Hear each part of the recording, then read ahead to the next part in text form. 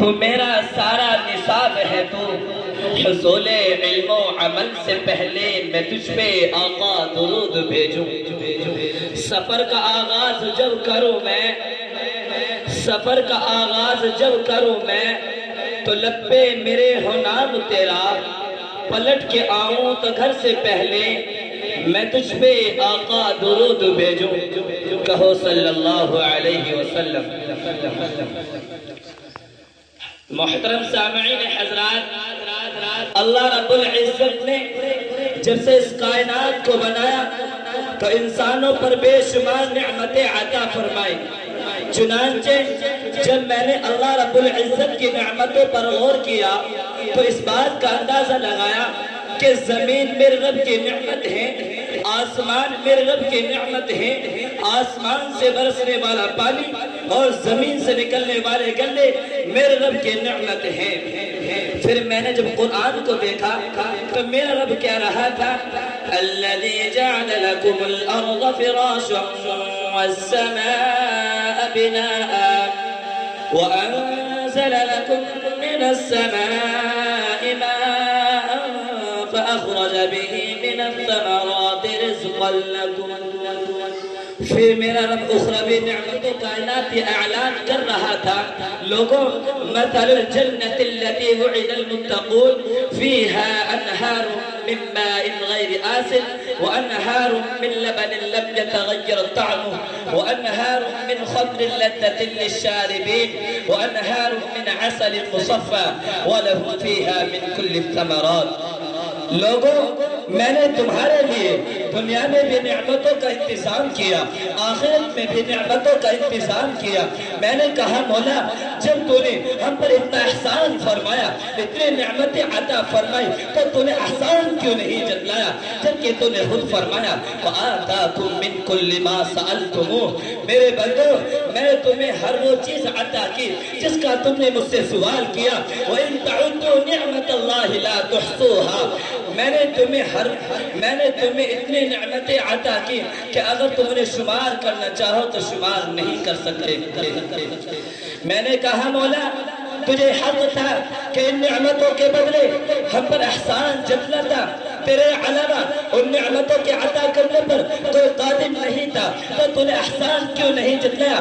جواب ملا میرے بندے ان نعمتوں کی میرے پاس کوئی قدر نہیں۔ پھر میں نے قرآن میں غور کیا تو میری نظر ایک آیت پر پڑی تو میں نے دیکھا میرا رب ایک اپنی نعمت کے بدلے مومنوں پر احسان جتلا رہا تھا اور کہہ رہا تھا لَقَدْ مَنَّ اللَّهُ عَلَى الْمُؤْمِنِينَ، یقیناً میں نے تم پہ احسان عظیم کر دیا اِذْ بَعَثَ فِيهِمْ رَسُولًا، جبکہ محمد جیسا نبی تمہیں عطا فرمایا اور تمہیں یہ پیغام دیا کہ اس نعمت کی میرے پاس قدر ہے اور تم بھی اس کی قدر کرو۔ میرے دل میں خیال آیا مولا تو نے سینکڑوں انبیاء بھیجے لیکن کسی کے بھیجنے پر تو نے احسان نہیں جتلایا، میرے پیغمبر صلی اللہ علیہ وسلم کے بھیجنے پر تو نے احسان کیوں جتلایا؟ کوئی تو نبی ہوگا جو میرے نبی کی طرح ہوگا، اس کی شان میرے نبی کی طرح ہوگی۔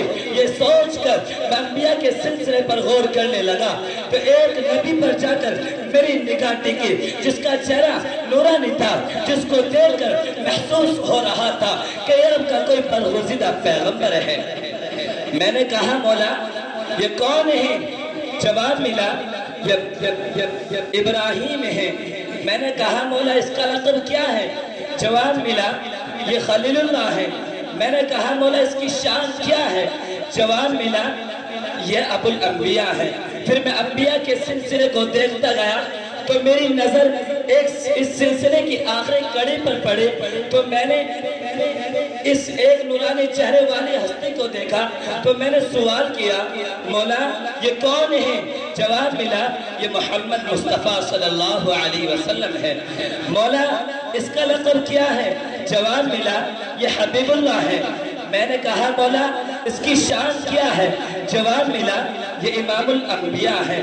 تو میں کہنے پر مجبور ہو گیا مولا دونوں تیرے نبی ہیں، ایک ابراہیم ہے دوسرا محمد مصطفیٰ صلی اللہ علیہ وسلم ہے، ایک اگر حبیب اللہ ہے تو دوسرا بھی خلیل اللہ ہے، ایک اگر امام الانبیاء ہے تو دوسرا بھی ابو الانبیاء ہے۔ میں نے کہا مولا کس کو ترجیح دوں، کس کو بڑا سمجھوں، کس کی نبوت کو اعلیٰ سمجھوں؟ جواب ملا میرے بندے دونوں کی زندگی میں غور کر معلوم ہو جائے گا۔ میں نے ابراہیم کی زندگی میں غور کیا تو میرا رب ابراہیم کی طرف متوجہ تھا اور کہہ رہا تھا ابراہیم میرے نام پر اپنی اولاد کو قربان کر۔ ابراہیم نے اسماعیل کی گردن پر چھری چلائی۔ ابراہیم ہماری محبت کی خاطر اپنے بیوی بچوں کو چھوڑے۔ ابراہیم نے حکم کی تعمیل کی۔ ابراہیم اپنے گھر بار کو چھوڑ دے۔ ابراہیم نے ایسا ہی کیا۔ ابراہیم میری محبت کی خاطر آگ میں کود جا۔ ابراہیم آگ میں کود گئے۔ پھر میں نے محمد مصطفیٰ صلی اللہ علیہ وسلم کی زندگی میں غور کیا تو میرا نبی رب کائنات کی طرف متوجہ تھا اور کہہ رہا تھا مولا مجھے عمر چاہیے۔ رب نے کہا ایمان دے دیا۔ مولا مجھے کافروں کا غلبہ چاہیے۔ رب نے کہا عطا کر دیا۔ مولا مجھے فتح مکہ چاہیے۔ رب نے کہا عطا کر دیا۔ مولا مجھے قیامت میں امت کی سفارش کا حق چاہیے۔ رب نے کہا عطا کر دیا۔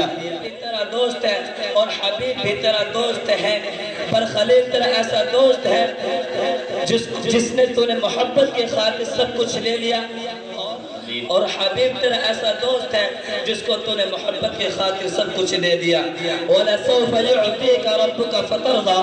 پھر میں نے پیغمبر کی زندگی میں کو غور کیا تو میں نے اس بات کا اندازہ لگایا میرے نبی کی تعریف رب کائنات کر رہا تھا، میرے نبی کی تعریف آنے والے انبیاء نے کی، میرے نبی کی سیرت کو صحابہ نے بیان کیا، پھر میرے نبی کی تعریف کو مفسرین و محدثین نے بیان کیا، میرے نبی کی سیرت کو خطیب و متکلمین نے بیان کیا، میرے نبی کی سیرت کو شاعروں نے بیان کیا، لیکن آج تک روئے زمین پر کوئی ایسا شخص پیدا نہیں ہوا جس نے میرے نبی کی سیرت کا حق ادا کیا ہو۔ میرے دل میں خیال آیا کیوں نہ میں پیغمبر کی اس سیرت کو معلوم کروں جس کو خود خالق کائنات نے بیان کیا ہے۔ چنانچہ میں نے اپنے نبی کی سیرت کے جستجو میں قرآن کی طرف متوجہ ہوا اور نہایت ادب و احترام سے درخواست کی اے میرے پیغمبر صلی اللہ علیہ وسلم پر نازل ہونے والے مقدس کتاب، میں نے میرے نبی کا زمانہ نہیں دیکھا، میں نے میرے نبی کی صفات اختیار ہی کی اور کوئی صحابی موجود ہے، اگر صحابی موجود ہوتے تو میں حضرت ابو بکر کے پاس جاتا اور کہتا ابو بکر میرے نبی کی سیرت بیان کر۔ میں عمر کے پاس جاتا اور کہتا میرے نبی کا چہرہ کیسا تھا بیان کر۔ میں عثمان غنی کے پاس جاتا اور کہتا میرے نبی کی صفات اور خوبیاں بیان کر۔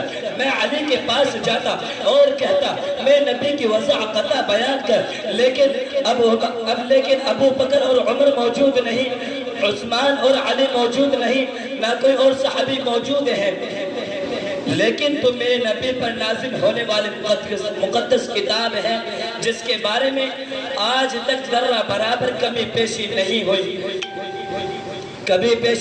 ہوئی، تو کل بھی محفوظ ہے، آج بھی محفوظ ہے، تو ہی وہ مقدس کتاب ہے جس کے بارے میں میرے رب نے کہا اِنَّا نَحْنُ نَزَّلْنَا الذِّكْرَ وَإِنَّا لَهُ لَحَافِظُونَ۔